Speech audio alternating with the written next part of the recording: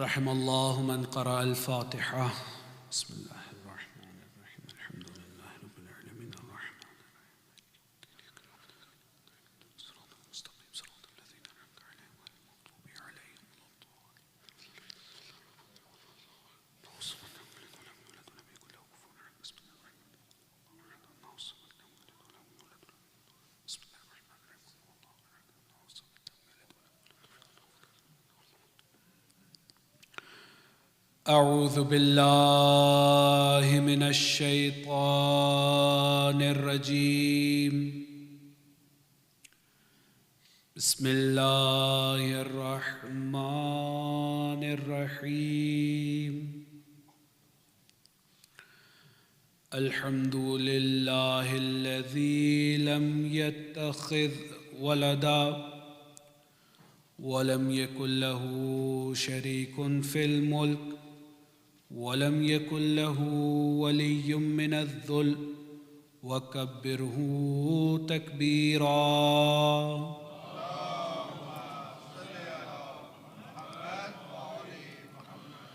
الحمد لله الذي جعلنا من المتمسكين بولاية سيدنا ومولانا ومقتدانا علي بن أبي طالب.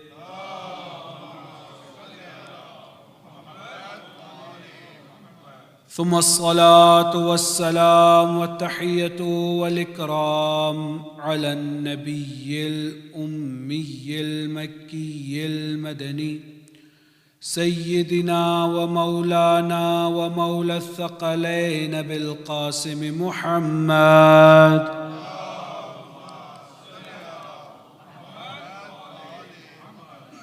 وعلى آل بيته الطيبين الطاهرين المعصومين المظلومين الغر الميامين الذين أذهب الله عنهم الرجس وطهرهم تطهيرا.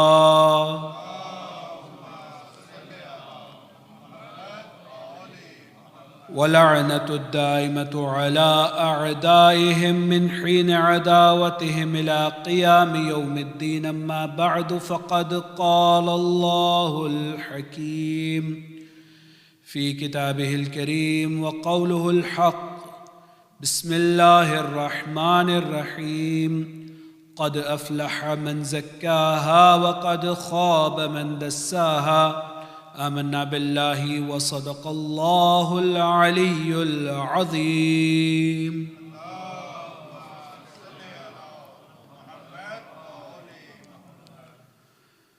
عزیزان محترم، عزاداران سید الشہداء،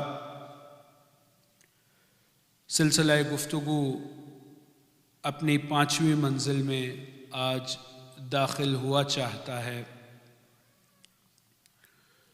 کربلا اور تزکیہ نفس کے عنوان سے قرآن مجید کی 91ویں سورہ شمس کی ان 2 آیتوں کے ذیل میں ہماری گفتگو آگے بڑھ رہی ہے۔ کل میں نے آپ کے سامنے ان آیات اور ان سے پہلے والی آیات کی تلاوت کر کے پروردگار عالم کے اس اعلان کو جو اس نے 11 قسمیں کھانے کے بعد بشریت کے لیے کیا، اس کو بیان کیا، اور یہ بات بھی مد نظر تھی اور اس کی وضاحت کل کی گئی کہ عام طور سے قسم نہیں کھائی جاتی مگر یہ کہ کسی ضرورت کے تحت ہو اور سننے والے کے لیے کلام میں صدق و کذب کا احتمال پایا جاتا ہو۔ لیکن جب ایسی ہستی سے بات صادر ہو رہی ہو کہ جہاں پر کذب کا یا جھوٹ کا احتمال نہ ہو، تو اس کا اپنی بات کے لیے قسم کھانا اس بات کی اہمیت کو بیان کرتا ہے۔ اور جب وہ خالق اکبر کہ جس کے ہاں نہ عجز ہے نہ توانی ہے، بلکہ صرف ہر چیز پر قدرت کے جس کا بار بار اعلان ان اللہ علی کل شیء قدیر کی صورت میں ہے، جب وہ خالق اکبر قسم کھا رہا ہے تو اس میں سوائے اس کے کہ اس بات کی اہمیت کو واضح کیا جا سکے، ہمارے لیے بیان کیا جائے، اور کوئی مقصد نہیں ہو سکتا۔ یہاں تک ہماری گفتگو کل پہنچی کہ 11 قسمیں کھانے کے بعد پروردگار عالم نے اس اہم ترین کام کی طرف اشارہ کیا کہ جو انسان کو دنیا و آخرت کی کامیابی سے ہمکنار کرے گا، اور ہم تقریباً اپنی گفتگو کے مرکزی حصے میں داخل ہو گئے ہیں۔ ہم نے انسانی بدن، اس کی صفات، اس کی خصوصیات پر گفتگو کی، اور کل اسی بدن پر ہمارے اختیار اور اس بدن کا روز قیامت ہمارے لیے گواہ اور شاہد بن جانا کے عنوان سے آیتوں کا ذکر کیا۔ آج کی اس گفتگو میں 2 اہم ترین کلمات جو اس آیت میں استعمال ہوئے ہیں ان کی وضاحت پیش کروں گا، اس تمہیدی گفتگو جو کل اختتام پذیر ہو گئی اس کے باب سے۔ ہم نے بدن کی بات کی، ہم نے خلقت کی بات کی، ہم نے کامیابی کی بات کی، ناکامی کی بات کی، لیکن یہ سب چیزیں جس چیز سے وابستہ ہیں، جس اصلی جوہر اور گوہر سے وابستہ ہیں، وہ انسان کا بدن نہیں ہے، بلکہ وہ انسان کی روح اور نفس ہے۔ یعنی جتنے بھی منزلیں بیان ہوئیں، جتنے بھی کامیابی کے سلسلے بیان ہوئے، وہ سب اس چیز کے لیے کہ جس کو باقی رہ جانا ہے۔ اور جب میں نے یہ عرض کی کہ باقی رہ جانا ہے تو شاید جوانوں کے ذہن میں یہ ایک ابہام پیدا ہوا ہو کہ ہمارے عقیدے اور اعتقاد کے ساتھ جو بات ہم نے سمجھی ہے کہ صرف ایک ہی ذات ہے جو ازل سے ہے اور ابد تک باقی ہے۔ ازلی اور ابدی صرف صفات خدا میں سے ہے، لیکن اس ابدی خدا نے انسان کو بھی اپنی اس صفات میں سے کچھ صفات تحفے میں دے دی ہیں۔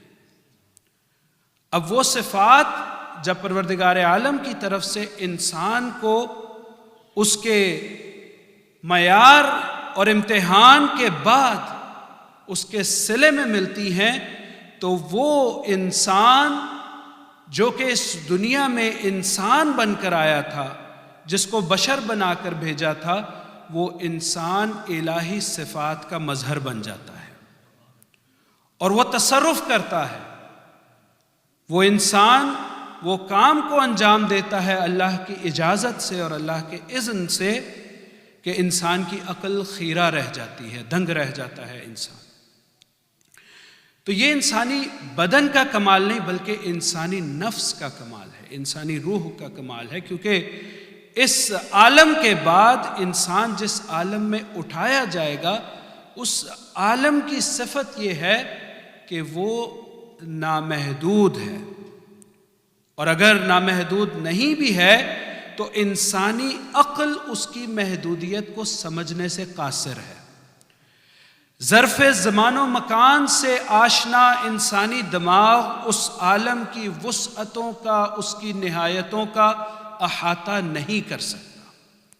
اسی لیے یہ کہا جاتا ہے کہ وہ انسان اس دنیا کے بعد ایک ایسے عالم میں داخل ہوگا کہ جو بے نہایت ہے، اور بے نہایت کس کی صفت ہے؟ اللہ کی صفت، جو ہمیشہ باقی رہ جانے والا ہے۔ اور یہ بات واضح رہے کہ جب ہم ہمیشگی کا لفظ استعمال کرتے ہیں، وہ ہمیشہ سے ہے، وہ ہمیشہ سے رہے گا، خود ہمیشہ کا لفظ اس بات پہ دلالت کر رہا ہے کہ وہ ایک زمانے سے ہے اور ایک زمانے تک رہے گا۔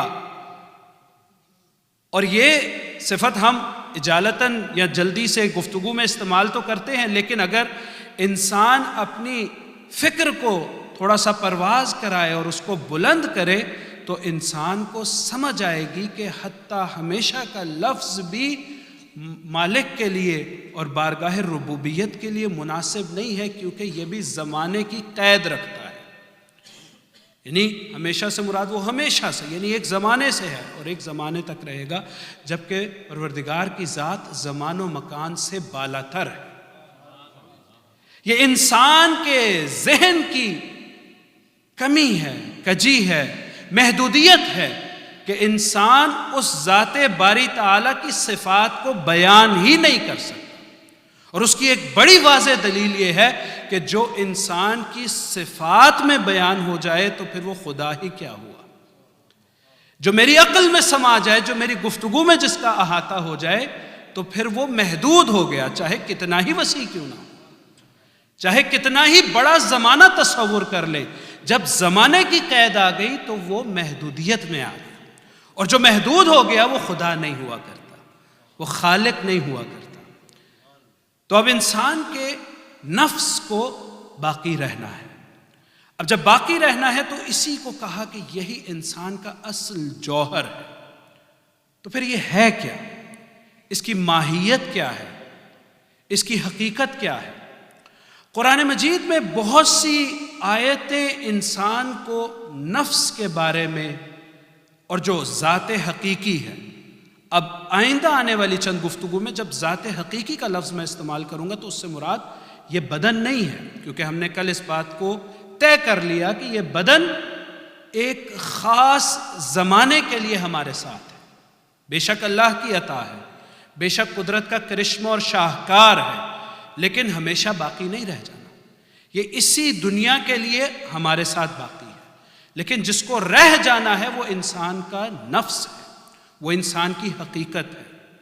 اب اس حقیقت کو پہچاننا کتنا ضروری ہے، اگر ہم آیات قرآنی میں دیکھیں اور روایات کا مشاہدہ کریں تو وہ جو نفس رسول کا مصداق ہے، وہ کہ جس نے اپنے آپ کو اللہ کے رسول کا نفس بنا کر پیش کیا، وہ نفس مطمئنہ کی، اور وہ نفس کہ جس کے لیے پروردگار کہے کہ میں اس کا خریدار ہوں، وہ نفس کامل، وہ نفس اکمل جب بیان کرتا ہے نفس کے بارے میں تو مولا متقیان امیر المؤمنان اسد اللہ الغالب علی ابن ابی طالب صلوات اللہ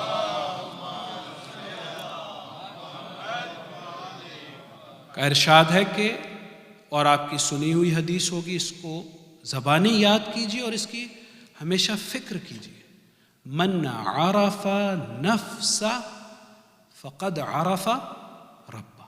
یہ سرکار دو عالم سے حدیث منقول ہے، اور پھر بعض روایتوں میں مولا سے بھی ہے، لیکن اصل میں یہ حدیث نبوی ہے، جس کا مطلب یہ ہے کہ جس نے اپنے نفس کو پہچان لیا، جس نے اپنے نفس کی معرفت حاصل کر لی، گویا اس نے اپنے رب کی معرفت حاصل کی۔ اللہ اکبر! کتنا محترم بنا دیا اس نفس کو، کتنا عظیم رتبہ اور درجہ دے دیا انسان کو۔ ہم آج کے دور میں اگر انسان کی سب سے بڑی کوتاہی دیکھیں، اور یہ ایک بہرحال ایک حقیقت بھی ہے کہ انسان جب آئینے میں دیکھتا ہے تو آئینے میں اپنی چہرے پہ جب نگاہ کر رہا ہوتا ہے تو اس آئینے میں موجود کسی کجی کو، کسی خرابی کو مشاہدہ نہیں کر رہا ہوتا، بلکہ اپنے چہرے کو دیکھ رہا ہوتا ہے، اور یہ سمجھ رہا ہوتا ہے کہ میں جو آئینے میں نگاہ کر رہا ہوں میں اپنے آپ کو نگاہ کر رہا ہوں۔ درواقع آئینے میں انسان نہیں ہے، آئینے میں صورت ہے، آئینے میں شبیہ ہے، جو چیز اس کو دکھا رہی ہے وہ آئینہ ہے۔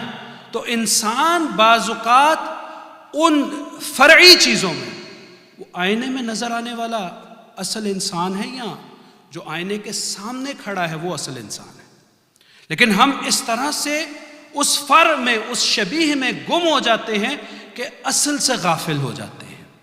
یہ انسان کی ایک بہت بڑی مشکل ہے۔ اسی طرح اس دنیا میں جب ہمیں بھیجا گیا تھا تو یہ تمام مظاہر جو ہیں وہ ثانوی حیثیت رکھتے تھے، اصل مجھے بنا کر بھیجا تھا۔ تو میں نے اب ہر چیز میں تو غور کیا، میں نے اپنے اطراف میں موجود چیزوں کو حس کر کے، آنکھوں سے یا ہاتھوں سے یا مشاہدے سے یا زبان سے، جس انداز میں بھی حس کیا، ان کو تو محسوس کیا، لیکن وہ چیز جو ان سب کو درک کر رہی ہے اس کو درک نہیں کیا اور خود اس سے غافل ہو گئے۔ تو نفس کی پہچان کا مطلب یہ ہے کہ انسان اس حقیقی قوہ مدرکہ سے آشنا ہو اور اس سے انسان غافل نہ رہے۔ اب اس کے لیے بہت سے ہمارے پاس آیتوں میں تاکید آئی ہے۔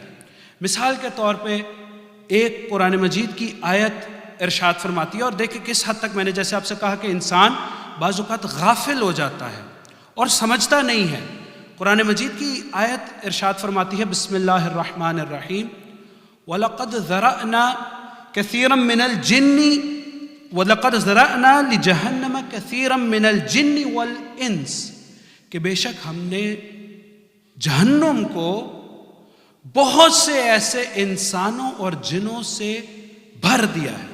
کون ہیں وہ لوگ؟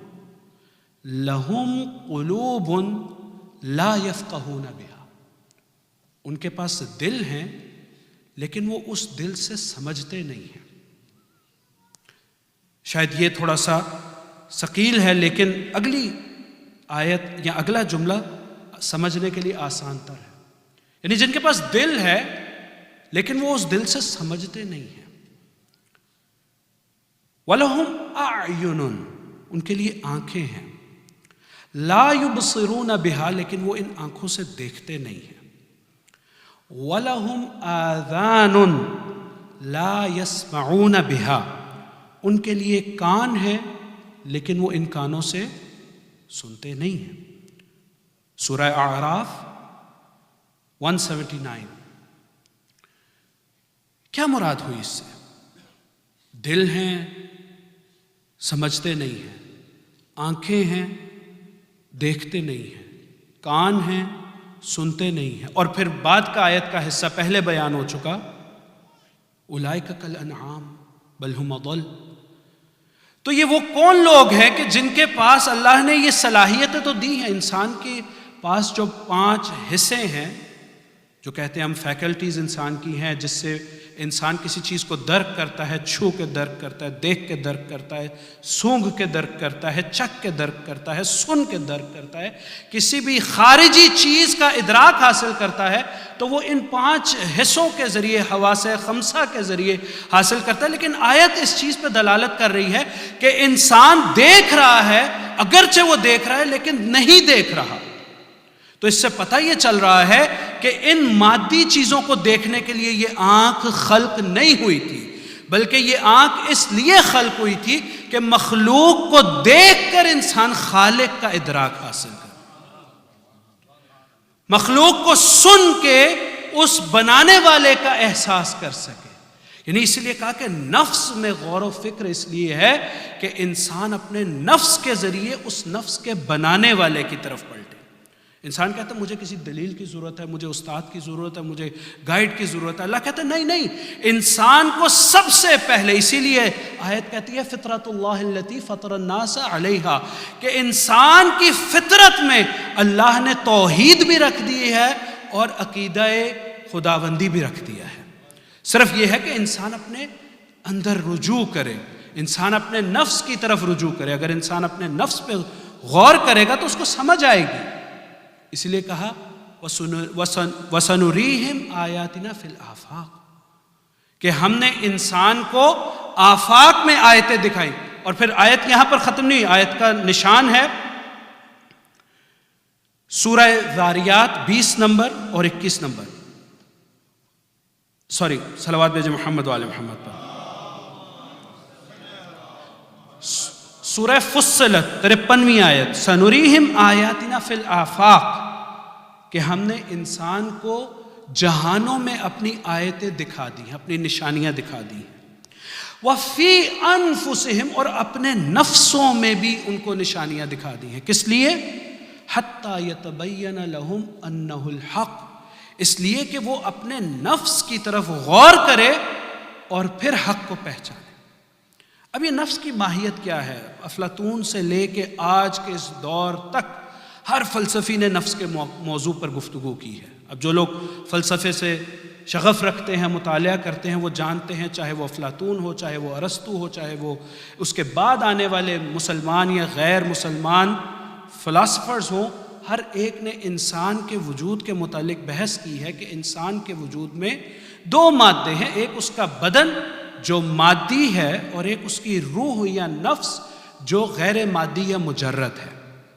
تو میں اس کی بحث میں نہیں جاؤں گا، تھوڑی بحث بھی ثقیل ہے اور طولانی بھی ہے، لیکن جو معروف ترین علماء، جن میں معروف ترین فلسفی ہمارے عصر سے قریب تر ملا صدرہ، جن کی فلسفے کو حکمت متعالیہ کے نام سے یاد کیا جاتا ہے، جنہوں نے نتیجہ ایک انسان کے سامنے دیا کہ انسان کے نفس میں یا انسان کی روح میں یہ صلاحیت پائی جاتی ہے کہ جب وہ وجود میں آتی ہے یا اپنے ابتدائی مرحلے پر ہوتی ہے تو اس میں وہ وجودی بعد اپنے ادنا درجے پر ہوتا ہے، اس میں وہ حیوانیت یا بدن کا جو پہلو ہوتا ہے وہ زیادہ ہوتا ہے، لیکن جیسے جیسے انسان اپنے نفس کو درک کرتا ہے اور منزلیں طے کرتا ہے اتنا وہ اس ہستی سے قریب ہوتا ہے جو مجرد محض ہے، جو نور محض ہے۔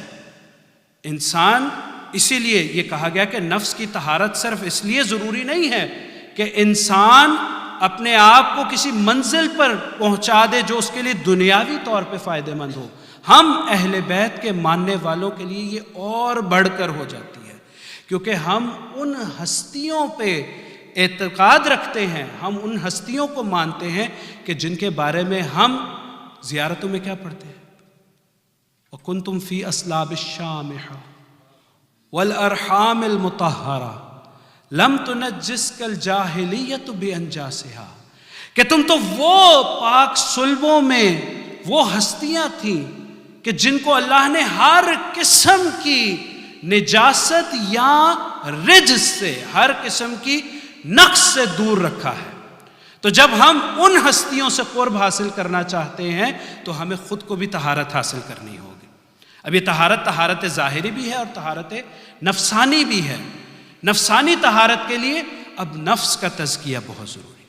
تو اس بحث کو یہاں پر چھوڑتے ہوئے یہاں سے اس کے ہم اگلے مرحلے پر داخل ہوں گے۔ یہ نفس کے بارے میں مختصر سی گفتگو کہ ایسا مجرد مادہ انسان کے پاس کہ جس کے تزکیے سے انسان منزلیں بڑھتا بڑھتا اہل بیت اور پھر خدا کا قرب حاصل کرتا ہے، نزدیکی حاصل کرتا ہے۔ کیوں؟ کیونکہ وہاں پر نقص نہیں ہے، بدن انسان کا نقص ہے، وہاں پر نقص نہیں ہے، وہاں پر رجس نہیں ہے۔ جیسے جیسے انسان صعودی مراحل طے کرتا ہے ویسے ویسے وہ اہل بیت سے اور پھر اللہ سے نزدیک ہوتا ہے۔ تو یہ ہدف ہے۔ اب کیسے وہ نزدیکی اختیار کی جائے؟ اس کے لیے تزکیہ کا لفظ۔ اب یہ تزکیہ نفوس اتنا اہم ترین ذمہ داری اور اتنا اہم کام ہے کہ قرآن مجید میں انبیاء کی بعثت کا سب سے بڑا ہدف تزکیہ نفس بیان ہے۔ سورہ جمعہ آپ سب کا سنا سورہ ہے۔ بسم اللہ الرحمن الرحیم، یسبح للہ ما فی السماوات و ما فی الارض الملک القدوس العزیز الحکیم۔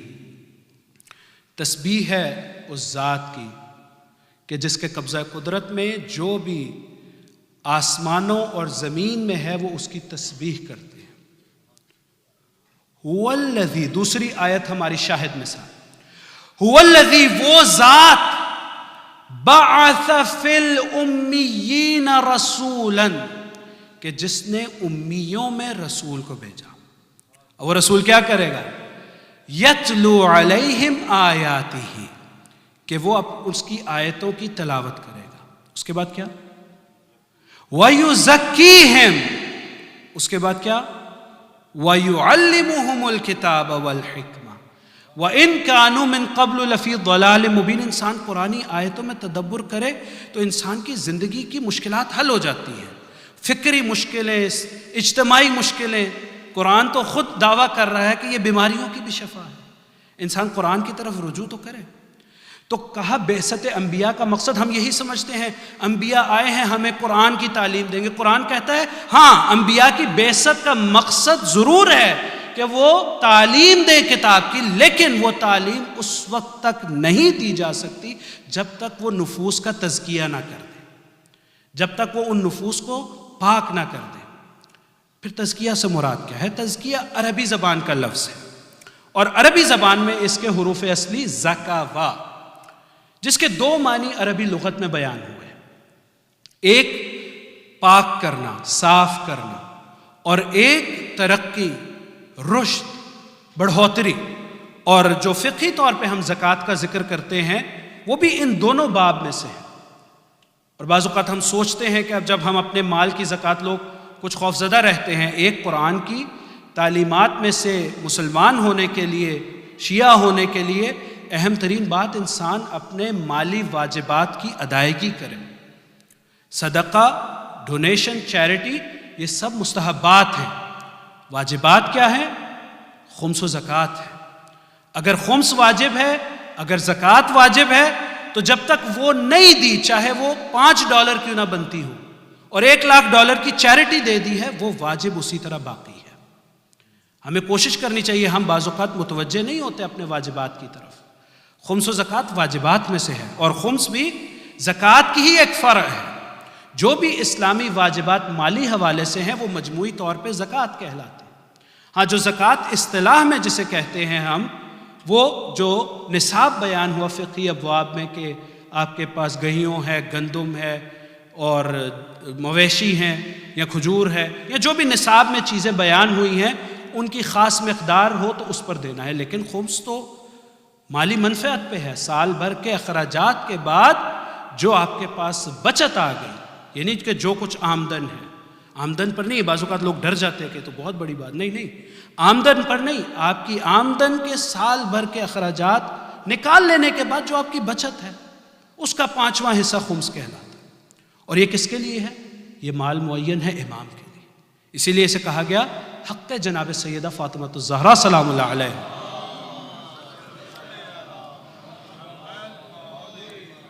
تو شیعہ نہیں ہو سکتا اس وقت تک، وہ جب تک وہ حق جناب سیدہ کو ادا نہیں کرتا۔ تو یہ بڑا اہم ترین واجب ہے، ہمیں اپنی زندگیوں میں اس کے متعلق متوجہ رہنا چاہیے۔ تو زکوٰۃ کو جب کہا کہ انسان زکوٰۃ ادا کرے، تو اس کا یہ مقصد نہیں تھا کہ انسان کے مال میں سے کچھ کم ہو جائے، بلکہ زکوٰۃ کو زکوٰۃ اس لیے کہا گیا کہ انسان کے مال میں اس سے اضافہ ہو جائے۔ یعنی یہ زکوٰۃ انسان ادا کرتا ہے تو انسان کے مال میں ظاہری طور پہ کمی اگر ہوتی ہے تو معنوی طور پہ اس میں انگنت اضافہ ہوتا ہے۔ اور یہ آپ یعنی ایک چیلنج کی بات آپ سے کر رہا ہوں کہ ہر خمس نکالنے والے سے پوچھیں، ہر خمس نکالنے والے سے پوچھیں، کبھی اس کو اپنے مال میں گھاٹے کا سبب یا سامنا کرنا پڑا ہو۔ یہ خاص ایک نظام ہے خمس و زکوٰۃ کا۔ اسی لیے کہا کہ مولا امیر المومنین علی بن ابی طالب صلوات اللہ وسلم علیہ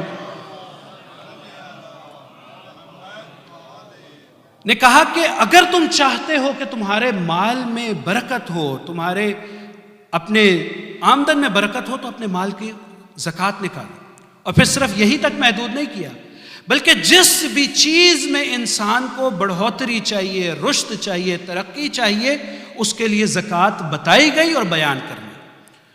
تو کچھ حدیثیں مولا مشکل کشا کی۔ سب سے پہلے فرمایا کہ حسنوا اموالکم بالزکوٰۃ۔ آج کے دور میں آپ جاتے ہیں، سب سے پہلے کہتے ہیں میں نے گھر لیا ہے تو انشورنس لینی ہے، اگر خدا نہ خواستہ کسی چیز کو کچھ نقصان پہنچ گیا تو کم از کم میں سیف ہوں۔ گاڑی خریدتے بعد میں ہے، رجسٹر بعد میں ہوتی ہے، پہلے ڈی ایم وی آپ سے انشورنس مانگتی ہے، اس لیے کہ اگر خدا نہ خواستہ کوئی نقصان ہو جائے، انسان لائف انشورنس لیتا ہے۔ ہم دنیاوی چیزوں کی انشورنس کا بہت خیال کرتے ہیں۔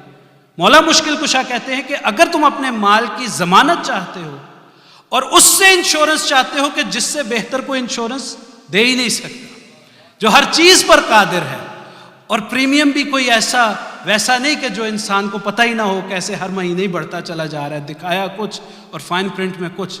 کہا کہ زکوٰۃ نکالو، جو ایک نصاب بتا دیا ہے، اپنے مالوں کو پاک کرو اور محفوظ کر لو، اس کی زکوٰۃ نکال کے۔ اور پھر کہا صرف مال پر نہیں ہے، زکوٰۃ البدنی الجہاد والصیام۔ اب اتنا اچھا اللہ نے جسم دیا، اتنا مضبوط، 1.5 گھنٹہ جم میں خوب وزن شزن اٹھایا، اب اچھی باڈی بنی، اچھی صحت بنی، تو اب کیا کرنا ہے؟ اب اس بدن کی زکوٰۃ ہے، اس کو جہاد کے لیے استعمال کرنا ہے۔ اور صرف جہاد اب یہ نہیں کہ اب تو جنگ کا دور نہیں ہے تو جہاد نہیں ہے، بعض اوقات انسان اپنے اعزاء، اپنے اقربا کی خدمت اس بدن سے، کمیونٹی کی خدمت، امام بارگاہ کی خدمت، اور میں سمجھتا ہوں کہ اس خوبصورت بدن کی اس سے بڑھ کر کیا زکوٰۃ ہو سکتی ہے کہ انسان ان ہاتھوں کو اپنے سینے پہ حسین کی عزا میں استعمال کرے۔ یہ بھی ایک زکوٰۃ کی قسم ہے نا، اپنی اس آواز کو اہل بیت کی شان میں بیان کرے، یہ اس خوبصورت آواز کی زکوٰۃ ہو گئی۔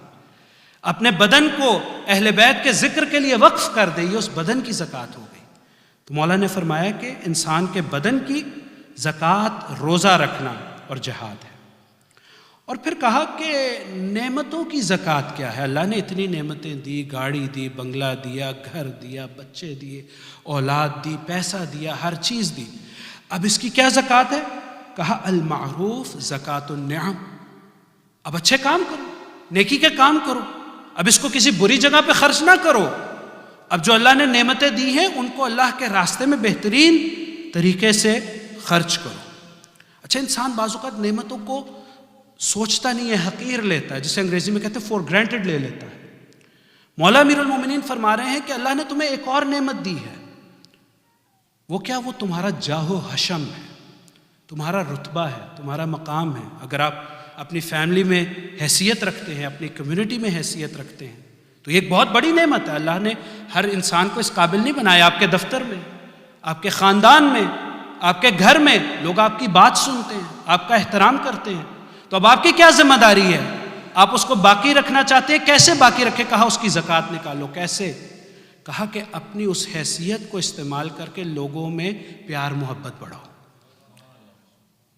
اور شفاعت کا لفظ آیا کہ انسان جھگڑے ہو جاتے ہیں خاندانوں میں، بازو کہو مجھے کیا، مجھے اس سے کیا، وہ لڑنے دو، میں کیا کروں؟ نہیں، اللہ نے آپ کو یہ مقام دیا ہے کہ اگر آپ ان کے درمیان اگر گفتگو کے ذریعے، اپنے اس کردار کے ذریعے، بعض اوقات جتنا بھی جھگڑا ہو گھروں میں، اب تو عام یہ چیزیں ہوتی جا رہی ہیں، شوہر اور بیوی میں جھگڑے کا ہونا، اور افسوس کی بات یہ ہے کہ چونکہ اب بزرگ گھر میں نہیں ہوتے، یا ہوتے بھی ہیں تو یا ان کو وہ مقام حاصل نہیں ہے، یا اگر وہ مقام حاصل ہے تو وہ دلچسپی نہیں رکھتے کہ یہ ان کی زندگی ہے۔ نہیں، آپ یہ نہیں کر سکتے۔ مولا فرما رہے ہیں کہ اگر آپ کو حیثیت ملی ہے، اگر کوئی آپ کی بات سن رہا ہے، تو اگر آپ کے ذریعے دو مومنوں میں آپس میں صلح ہو سکتی ہے، اگر آپ کے ذریعے دو لوگوں میں آپس میں رشتہ قائم ہو سکتا ہے، بعض اوقات ہم رشتے کے امور، اس میں مدد کرنا ایک شرعی اہمیت والے کاموں میں سے ایک ہے کہ اگر آپ کے ذریعے دو خاندان مل سکتے ہیں، تو جاہ و حشم یا انسان کی عزت آبرو کی زکوٰۃ یہ ہے کہ وہ شفاعت کرے، لوگوں کو ملائے۔ اور پھر کہا والعلل زکوٰۃ الابدان، وہ چیز جس سے ہم سب سے زیادہ بھاگتے ہیں، بیماری۔ مولا نے کہا کہ یہ بیماری جس کو تم بیماری سمجھتے ہو اور ایک تکلیف سمجھتے ہو، یہ تمہارے بدن کی زکوٰۃ ہے۔ یہ جب بیماری آتی ہے تو بہت سی ایسی بعد والی مشکلات جو تمہارے بدن کے لیے آنی ہیں وہ تم سے برطرف ہو جاتی ہیں۔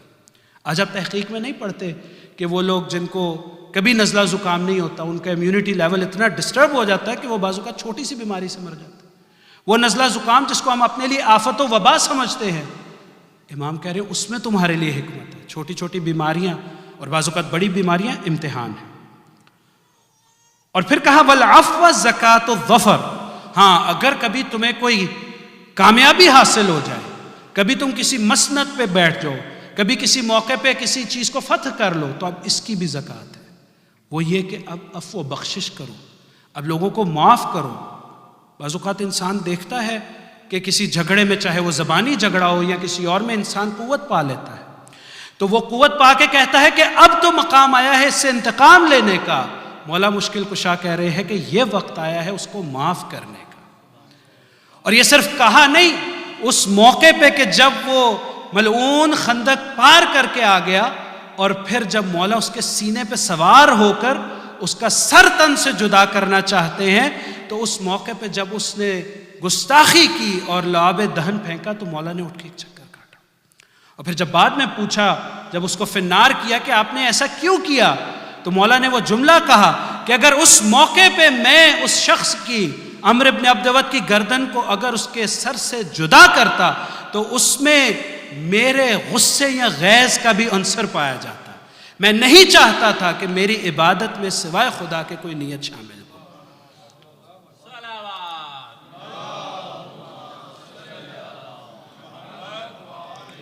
اور پھر آخر میں کہا کہ وما ادیت زکاتہ فہو مأمون السلب. یہ گارنٹی پوری امیر المومنین کہہ رہے ہیں کہ جس چیز کی بھی تم نے زکوٰۃ دے دی ہے اب وہ چیز تم سے چھینی نہیں جا سکتی، اب وہ چیز باقی رہ جائے گی. زکوٰۃ البدن، اگر بدن کی زکوٰۃ روزے رکھ کر اللہ کی راہ میں جہاد کر کے دے دی تو بدن کو کوئی خرابی نہیں آنے والی.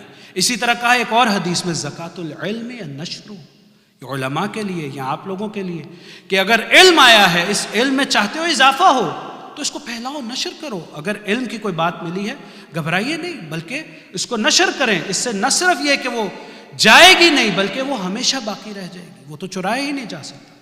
تو یہ زکوٰۃ کا ایک معنی کہ ہم اگر کسی چیز میں بڑھانا چاہتے ہیں اس کی صلاحیت کو تو ہم زکوٰۃ کے ذریعے بڑھاتے ہیں. تو اگر یہ تزکیہ نفس میں یہ پہلو بھی دیکھا جائے تو یہ بھی صادق ہے کہ ہم اس نفس کو ارتقاء کی منزل پہ پہنچانا چاہتے ہیں. یہ ایک پہلو.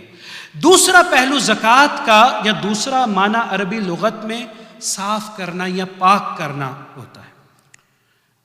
اسی لیے کہا جاتا ہے جب کسان اپنے کھیتی کو تیار کرتا ہے تو عربی زبان میں اسے کہا جاتا ہے زک الفلاح، کہ کسان نے اپنے کھیت کو پاک کر لیا، اپنے کھیت کو، اپنی کھیتی کو فصلوں کے لیے تیار کر دیا. اب کسان جب اپنی کھیتی کو فصل کے لیے تیار کرتا ہے تو اس میں کچھ مرحلے انوالو ہیں، کچھ مرحلے اس کے طے کیے جاتے ہیں. اب اگر ان مرحلوں کی طرف آپ توجہ کر لیں تو میں سمجھتا ہوں کہ تزکیہ نفس کا آدھا مسئلہ یہیں پر ہی حل ہو جائے گا. اب وہ لوگ جو دیہی بیک گراؤنڈ سے آئے ہیں یا دیہی پس منظر سے آئے ہیں وہ تو جانتے ہیں کہ ایک کسان کس طرح سے فارم لینڈ کو یا کھیت کو تیار کرتا ہے. اور اتفاق کی بات ہے کہ جو نہیں بھی آئے دیہی بیک گراؤنڈ سے، انڈیا یا پاکستان سے، یہاں پر آ کے یہ امریکی معاشرہ ہر آدمی کو یہ فارمنگ سکھا دیتا ہے کیونکہ فخر کرتے ہیں نا. اور یہ بہرحال اسلام کی بھی اس میں تاکید ہے کہ اپنا کام خود سے کرنے میں فخر کیا جاتا ہے. یہاں پر اپنا یارڈ آگے ہو، پیچھے ہو، چھوٹا ہو، بڑا ہو، ہر انسان اپنے یارڈ کو بناتا ہے، اپنے گلستان کو، اپنے باغباں کو بناتا ہے. اس سے دیگر تو جو فائدے ملتے ہی ہیں، انسان فطرت سے نزدیک ہوتا ہے. ایک ہنر انسان کے ہاتھ میں آتا ہے اور انسان کو اپنے اس تکبر کو کم کرنے میں مدد ملتی ہے جس کے لیے وہاں پر خادموں کو اور مالیوں کو رکھا جاتا تھا. تو آپ میں سے بہت سے لوگ جانتے ہیں جنہوں نے سبزیاں اگائی ہیں یا جنہوں نے کھیتوں میں کام کیا ہے یا دیکھا ہے. تو ایسے ہی کسان جا کر بیج لے کر کھیتی میں نہیں ڈال دیتا، یا کوئی بھی چیز جب اگائی جاتی ہے تو ایسے نہیں ہے کہ آپ صرف بازار سے اس کے بیج لیں، اسے ڈال دیں اور اب وہ تھوڑی دیر بعد وہ فصل تیار ہو جائے گی. اس کے کچھ مرحلے ہیں. اگر آپ بہترین فصل لینا چاہتے ہیں، بہترین اس کا ثمر لینا چاہتے ہیں، اس زمین کا بہترین استعمال کرنا چاہتے ہیں تو سب سے پہلے مرحلے پہ اس زمین کو صاف کیا جاتا ہے. کسان سب سے پہلے اس زمین کو صاف کرتا ہے، اس کے لیے ہل چلایا جاتا ہے. یہاں پر بھی ٹلر استعمال ہوتے ہیں. اب اس میں جو وہ جڑی بوٹیاں ہیں، جو اضافی ویڈز جو ہیں، اس کو سب سے پہلے نکالا جاتا ہے، پھر پتھروں کو نکالا جاتا ہے. اب زمین کو صاف کیا جاتا ہے. جب زمین پوری طرح صاف ہو جائے، کیونکہ اب اسے پتہ ہے کہ اگر وہ خودرو پودے یا وہ پتھر اگر اس زمین میں رہ گئے تو میں بیج ڈالوں گا بھی تو وہ بیج پوری طرح سے نکلے گا نہیں، اور اس بیج پہ میں جو غذا ڈالوں گا، جو کھاد ڈالوں گا، وہ بھی کھاد یہ خودرو پودے لے جائیں گے. جو ثمر آور پودا ہے وہ اس غذا کو نہیں کھا سکے. پہلے مرحلے پہ اس زمین کو صاف کرتا. دوسرے مرحلے پر اس زمین میں بہترین بیج ڈالتا ہے، کھاد ڈالتا ہے، کمپوسٹ جس کو کہتے ہیں یہاں، وہ ڈال کے اس کو پوری طرح تیار کر کے اب بیج ڈال کے اچھی طرح سے اس کو رکھ دیتا ہے. وہ دوسرا مرحلہ. اب تیسرے مرحلے پہ اب وہ انتظار کرتا ہے کہ اس میں سے اب پودا نکلے اور وہ بڑھے. لیکن یہ انتظار ایسے گھر میں بیٹھ کے نہیں ہے. وہ مالی ہر روز اس زمین پر آتا ہے، پانی دیتا ہے، صفائی کرتا ہے، خیال رکھتا ہے کوئی کیڑا نہ لگ جائے. کوئی مشکل نہ آ جائے، کوئی پرندہ کوئی جانور نہ کھا لے، یعنی کوئی ایسی آفت جو اس کی زمین کو خطرہ دے سکتی ہے وہ اس پر اثر انداز نہ ہو۔ اب بالکل اسی مثال کو آپ انسان کے نفس کی زکوٰۃ پر بھی لے آئیں۔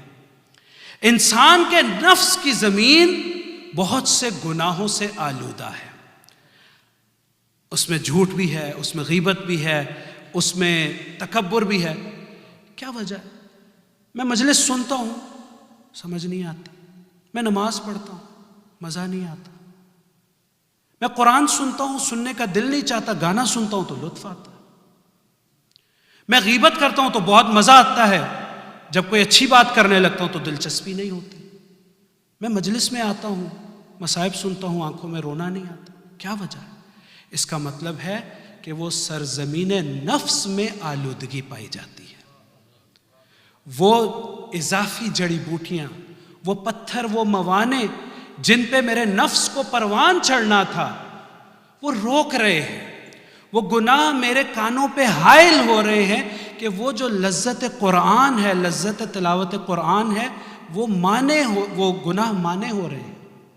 امیر المومنین دعائے کمیل میں بار بار کم من قبیح سترت کم من فادح من البلاء اقلت، اور پھر اللہم اغفر لی الذنوب التي تغیر النعم تحبس الدعاء، اللہ میرے وہ گناہوں کو بخش دے جو میری دعاؤں کو روک رہے ہیں، میں تو دعا کر رہا ہوں، دعا کیوں نہیں اوپر جا رہی؟ اس لیے کہ وہ گناہ اس کے راستے میں حائل ہے۔ میں نفس کو پاک کرنا چاہتا ہوں، میں نماز پڑھ رہا ہوں لیکن اس نماز میں رغبت نہیں ہے، اس لیے کہ یہ ہو نہیں سکتا کہ اس دل میں جہاں شیطان کی بھی محبت ہو وہاں رحمان کی بھی عشق ہو جائے، یہ نہیں ہو سکتا۔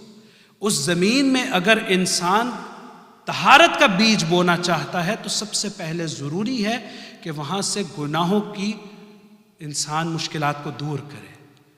تو پہلا مرحلہ جیسے کسان نے اس زمین کو صاف کیا، ہمیں اپنے نفس سے بیماریوں کو دور کرنا ہے، اپنے نفس سے مشکلات کو دور کرنا ہے۔ تو پھر جب فرش عذاب پر آئیں گے تو صرف آپ نے سنا ہوگا، آپ کے بزرگوں نے، اور بہت سے لوگ ہمارے درمیان بھی موجود ہیں، اور خود علماء کو آپ دیکھیں، آپ قم میں جائیں، نجف میں جائیں تو صرف ایک لفظ حسین کہتے ہیں اور آنکھوں سے جھڑیاں لگ جاتی ہیں آنسوؤں کی، کوئی مصائب پڑھنا ہی نہیں پڑتا، اتنا دل پاک ہو جاتا ہے، اتنا دل سید الشہداء کے قریب ہو جاتا ہے۔ تو قساوت قلب اسی کا نام ہے کہ انسان کا دل گناہوں سے پوری طرح آلودہ ہے۔ تزکیہ نفس کا پہلا مرحلہ کہ انسان اس دل کو پاک کرے۔ پھر اب دوسرے مرحلے پہ اب بہترین کھاد کیا ہے کہ اب انسان اس دل کو سنوارے، اب اس دل کو بہترین غذا دے۔ وہ کیا ہے؟ وہ اچھے اعمال ہے، وہ قرآن کی تلاوت ہے، وہ نماز ہے، وہ واجبات ہے، اور اس کے بعد اس کو آفتوں سے بچائے، اس فصل کو کیڑوں سے بچائے، اس فصل کو ہوا سے، سردی سے، گرمی سے، ہر چیز سے بچائے، مستحبات کے ذریعے، نماز شب کے ذریعے، اچھے کاموں کے ذریعے۔ تو یہ ایک مثال تزکیہ نفس کی آج کی زندگی سے۔ تو انشاءاللہ آئندہ آنے والی گفتگو میں ہم اس کو اور ذرا کھول کے، کیا ایسی چند بیماریاں ہیں ہمارے نفسوں میں کہ جس کی وجہ سے نصیحت اثر نہیں کرتی، جس کی وجہ سے دین کی طرف رغبت نہیں ہوتی، جس کی وجہ سے انسان اپنے آپ کو شیطان کے سامنے بے بس پاتا ہے۔ اور یہی دن اور راتیں ایسی ہیں کہ جس میں ہم اپنا تزکیہ کر سکتے ہیں، کیونکہ ذکر سید الشہداء سے بڑھ کر انسان کے دل کے لیے کوئی بھی چیز اثر نہیں رکھتی۔ یہ وہ محبت ہے کہ جو انسان کے دلوں میں لگے زنگ کو ختم کر دیتی، یہ وہ آگ ہے جس کے بارے میں سرکار دو عالم صلی اللہ علیہ وآلہ وسلم نے فرمایا تھا کہ یہ مومنوں کے دلوں میں جلتی رہے گی، اور یہ بجھی نہیں ہے۔ اگر بجھی ہوتی تو کیوں انسان یہاں پر آتا؟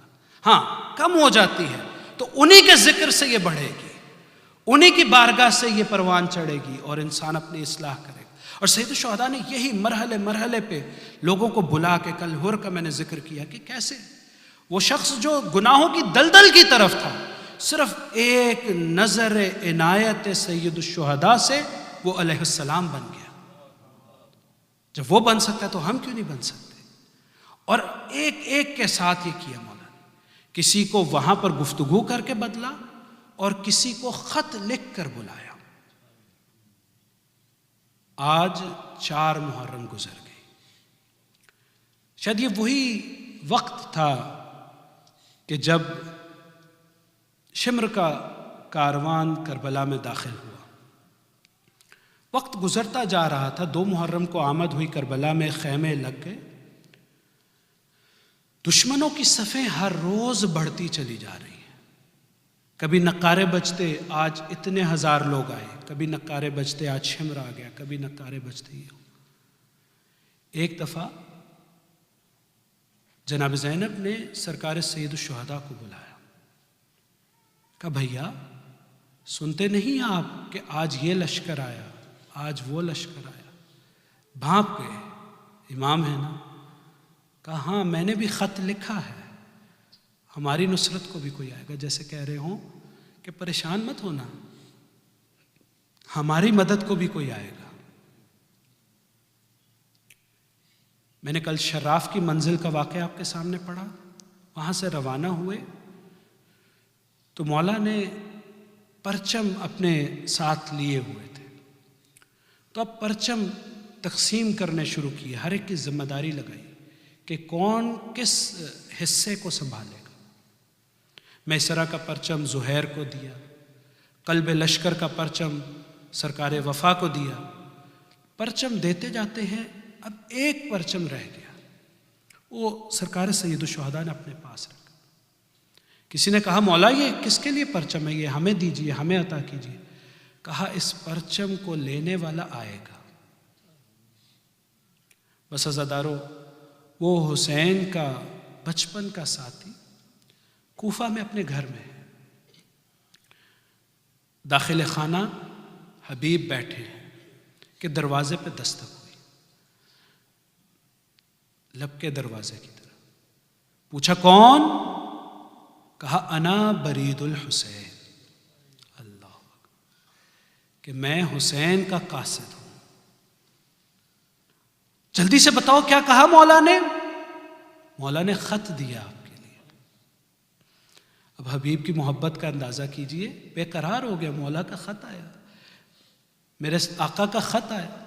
جلدی سے خط لیا، اب خط کو کھولا، پہلے آنکھوں سے لگایا، چوما، اور لکھا تھا من حسین ابن علی الی رجل فقیہ، حسین ابن علی کی طرف سے فقیہ انسان کی طرف۔ پھر آگے کیا لکھا؟ حبیب تمہارا دوست دشمنوں میں گھر گیا ہے، تنہا رہ گیا، اگر ہو سکے تو مدد کے لیے پہنچو۔ حبیب نے خط کو دیکھا اور گھر کے اندر آ گیا، زوجہ حبیب بیٹھے تھے۔ حبیب کیا ماجرا ہے، پریشانی دکھ رہی ہے چہرے پہ۔ کہا کوئی ایسا مسئلہ نہیں۔ نہیں کیا بتاؤ تو صحیح۔ خط آیا تھا، خط میں کیا لکھا تھا؟ کہا مولا نے لکھا کہ ہم تنہا ہو گئے۔ بعض علماء نے پڑھا کہ خط میں یہ بھی لکھا تھا حبیب میں علی کی بیٹیوں کے ساتھ کربلا میں ہوں۔ زوجہ حبیب کہتی ہے تو پھر کیا ارادے ہیں؟ کہا سوچتا ہوں۔ بی بی نے کہا اے حبیب وائے ہو تم پر، حسین زہرا کا لاڈلا کربلا میں اکیلا، اور جانتے نہیں وہ اپنی زینب و ام کلثوم کے ساتھ تنہا، اور تم سوچتے ہو۔ کہا نہیں زوجہ، میں تو صرف تمہارا امتحان لینا چاہتا تھا۔ چلے حالات کوفے کے اچھے نہیں ہیں، اپنے غلام سے کہا کہ میرے گھوڑے کو لے کر شہر کے باہر پہنچ جاؤ۔ مختلف گلیوں میں سے ہوتے حبیب جا رہے ہیں۔ کچھ وقت گزر گیا کیونکہ پہرا تھا نا۔ جب اس مخصوص مقام کے قریب پہنچے تو دور سے دیکھتے ہیں غلام گھوڑے کی لگام کو تھامے کھڑا ہے اور گھوڑا بے چینی سے زمین پر ٹاپے مار رہا ہے۔ غلام گھوڑے سے مخاطب ہو کر کہتا ہے اے میرے آقا کی سواری پریشان مت ہو، اگر میرا آقا کچھ دیر تک نہ آیا تو میں خود سوار ہو کے حسین کی مدد کو جاؤں گا۔ وہ بے جان، وہ غلام کس حد تک مشتاق ہے مولا کی نصرت کو۔ حبیب نے یہ منظر دیکھا، ایک دفعہ کہا میں تمہیں آزاد کرتا ہوں۔ غلام نے کہا آقا ساری عمر اپنی خدمت میں رکھا، اب جب آقا کی خدمت کا وقت آیا تو مجھے آزاد کرتے ہیں، میں بھی آپ کے ساتھ جاؤں گا۔ حبیب نے گھوڑے کو بڑھایا، اب بہت تیزی سے کربلا کی جانب بڑھ رہے ہیں، کربلا کے میدان سے کچھ نزدیک پہنچے۔ ادھر آقا نے دیکھا کہ ایک جانب سے دھول اٹھ رہی ہے، لوگوں نے سمجھا شاید کوئی حملہ ہو گیا ہے، ساتھیوں نے سمجھا شاید حملے کا وقت آ گیا، لیکن مولا نے کہا نہیں، ابھی مجھے کسی کا انتظار ہے، ابھی مجھے کسی سے ملنا ہے۔ تو جیسے ہی دھول چھٹی، دیکھا مولا کا ساتھی حبیب آیا، مولا نے اپنی نشست کو چھوڑا، اے حبیب آؤ تمہیں ہمارا سلام ہو۔ حبیب آئے، جب یہ نعروں کی آواز، خوش آمدید کی آواز جب بلند ہوئی نا، تو یہ خیمے میں بھی آواز گئی۔ جناب زینب علیہ مقام نے کہا اماں فضا جا کر دیکھیے خیر تو ہے میرے بھائی کی۔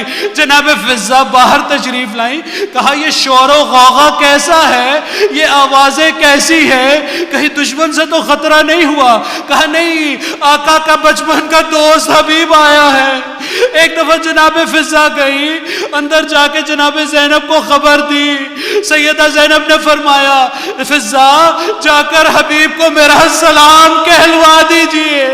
فضا سلام لے کر آئی، ہاتھ جوڑ کر حبیب نے سلام کو سنا، لیکن سلام کو بعد میں سنا، سر کو پیٹ لیا کہ آج آقا زادیوں پہ یہ وقت آ گیا کہ حبیب جیسے غلام کو زینب سلام بھجوا رہی ہے۔ اجرکم اللہ، بس ازادارو اللہ کوئی غم نہ دے سوائے غم محمد و آل محمد کے۔ رونے رلانے کی شبیں ہے نا، آج 5 محرم آ گئی، بس ازادارو چند روز آقا مہمان ہیں، چند روز یہ گریہ وزاری ہے، شرما کے مت روئیے گا، انہی آنسوؤں کو اپنی آنکھوں سے آزاد کر دیجئے گا، یہی رونے کی راتیں ہیں۔ بس ازادارو حبیب پہنچ گئے، ایسے جیسے ڈھارس ہو گئی۔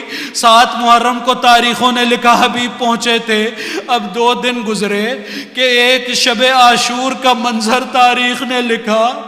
تاریخ نے لکھا کہ شب عاشور کو آقا ایک دفعہ میدان کی طرف نکلے اور خیموں کا تلایا پھر رہے ہیں۔ ایک دفعہ جناب زینب کے خیمے میں داخل ہوئے، آقا کے پیچھے نافع تھے اور اصحاب تھے، وہ باہر خیمے میں بیٹھے ہیں کہ کان میں آواز پڑی۔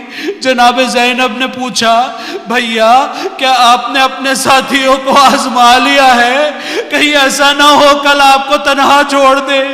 نافع کے کان میں یہ آواز پڑی، حبیب کو خبر دی۔ حبیب عقاب کی تیزی سے ساتھیوں کے پاس پہنچے، کہا غضب ہو گیا، زینب کو ہماری وفا پر شک ہے۔ سبھی نے ایک دم تیار ہو کے تلواروں کو ہاتھ میں لیا، جیسے کہتے ہوں آقا زادی اگر حکم کریں تو اپنے ہی ہاتھوں سے اپنی گردنوں کو اڑا دے۔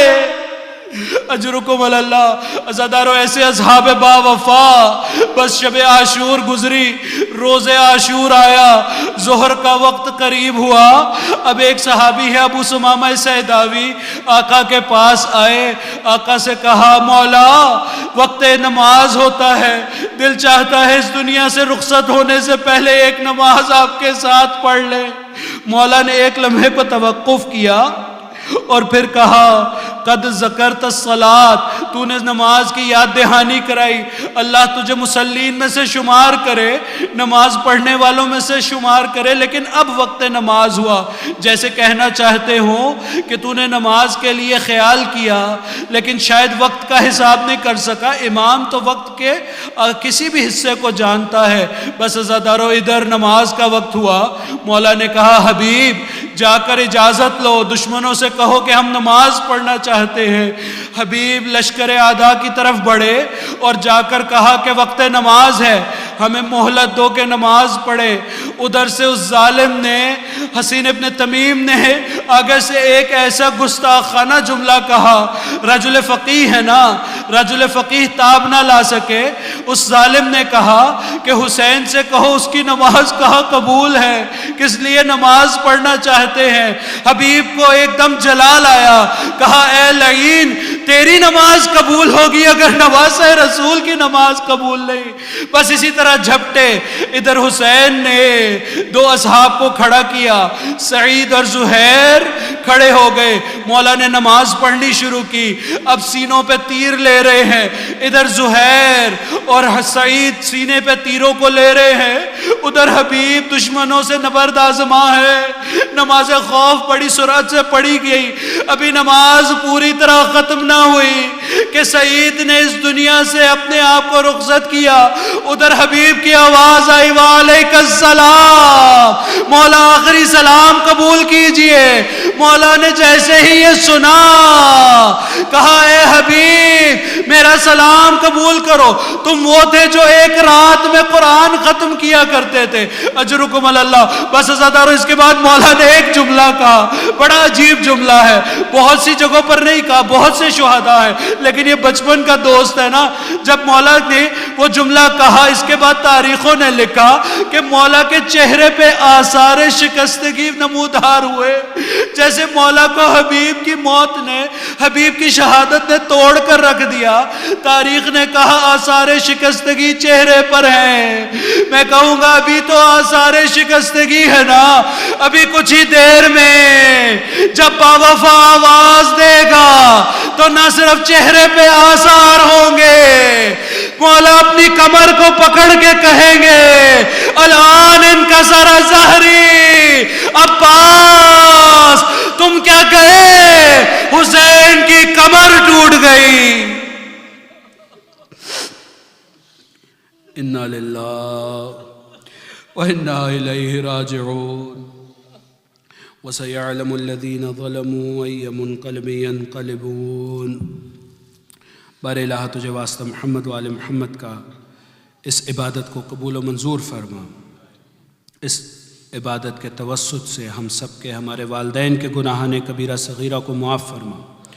بار الہ تجھے واسطہ محمد و آل محمد کا جتنے مومنین مومنات اس فرش عزا پر تشریف فرما ہیں یا کسی وجہ سے نہیں آ سکتے, بار الہ جو جو حاجتیں لے کر آئے ہیں, تیرے حسین کے عزادار ہیں, آنکھوں میں اشک لیے ہیں, بار الہ سب کی جائز نیک تمناؤں کو قبول و منظور فرما.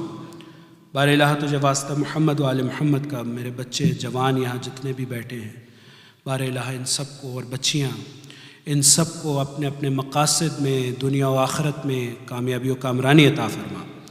بار الہ تجھے واسطہ محمد و آل محمد کا ہمارے بزرگوں کا سایہ ہمارے سر پہ تا دیر صحت و سلامتی کے ساتھ قائم و دائم فرما. بار الہ تجھے واسطہ محمد و آل محمد کا جو بھی مریض ہیں, یہاں بیٹھے ہیں یا گھروں میں ہیں یا جنہوں نے دعا کی التماس کی ہے, بار الہ سب کو شفا عاجل و کامل عطا فرما. بار الہ جو اپنے بچوں بچیوں کے سلسلے میں, جو جوان اپنے کفر کے سلسلے میں پریشان ہیں, بار الہ بہترین اسباب و وسائل فراہم فرما. تجھے واسطہ محمد و آل محمد کا بار الہ جو مقروض ہیں ان کے قرض ادا فرما, جو تنگ دست ہیں ان کو وسعت رزق عطا فرما, جو بے خانہ ہیں انہیں بہترین کشادہ گھر عطا فرما. بار الہ تجھے واسطہ محمد و آل محمد کا مسلمانوں کو آپس میں اتفاق, اتحاد, پیار اور محبت عطا فرما. ان کو داخلی و خارجی دشمنوں سے محفوظ فرما. شیعان حیدر کرار دنیا کے جس جس کونے میں ہیں, بار الہ سب کے جان و مال, عزت آبرو کی حفاظت فرما. آقا و مولا کے ظہور میں تعجیل فرما. ہمیں ان کے اعوان و انصار میں سے شمار فرما. ربنا تقبل منا انک انت السمیع العلیم. آمین یا رب العالمین برحمتک یا ارحم الراحمین. ماتم حسین.